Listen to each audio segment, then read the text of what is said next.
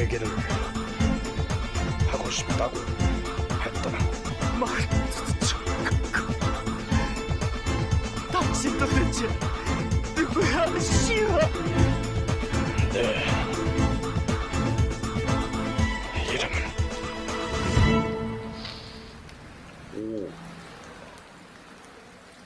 대수.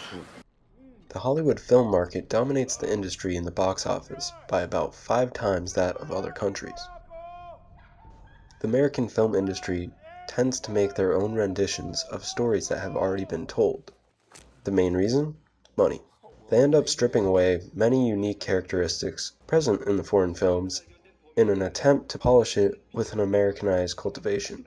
Film experts believe that the Korean blockbuster would die out in 2003, especially because of South Korea's economic crash in the fall of 1997. The commercial auteur Chan-wook Park aided in the continuation of Korean cinema with the creation of Oldboy, adapted loosely from a Japanese manga. This project was the second part of a Vengeance trilogy. The first, Sympathy for Mr. Vengeance, in 2002, and the last, Lady Vengeance, in 2005. In this film, Park focuses on mise-en-scene, the arrangement of perspective, subject, as well as scenery. Vengeance has become a common theme within South Korea cinema, possibly due to Chan-wook Park. It has become central to many of the country's movies because of their struggle in obtaining liberation in a democratic society. The introduction of the Spike Lee remake places an exhaustive look into Joe's regressive life through the use of alcohol abuse, eliminating the unique identity portrayed within Dae-soo-oh, played by Min-sik Choi. Oldboy is, on its own, a cinematic aggregation that draws inspiration from Alfred Hitchcock, Brian De Palma, as well as many other American filmmakers.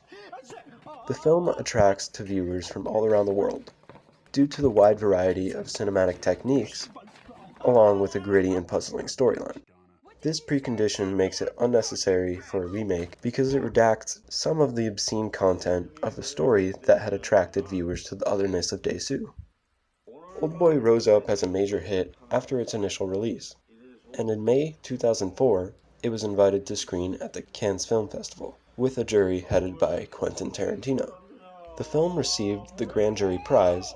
This was the most prestigious award that Korean cinema had obtained. The Western desire for Dae-soo is ambivalent because it seeks the strangeness and otherness, and at the same time, the familiarity of modern coolness. Hence, I argue that the Western audiences of Oldboy experience the hybrid time between dog and wolf, which is the time when they are unable to identify whether Dae-soo is a cool friend or a savage stranger. If you take away the foreign, gritty aspects of the film, it loses all individuality, leaving a shallow mask of an average spectacle action film. By cleaning up the original script, the remake's choice to confine Joe, Dae-soo's character, for 20 years opposed to 15 years, making his daughter's age somewhere around 24 rather than 18 or 19, and excluding scenes such as that of Dae-soo eating an octopus, is a direct venture to make a deliberately uncomfortable movie, more comfortable for the audience. The resulting film is one that tries to be edgy without discomforting the audience, and without cultish commercial mood and value.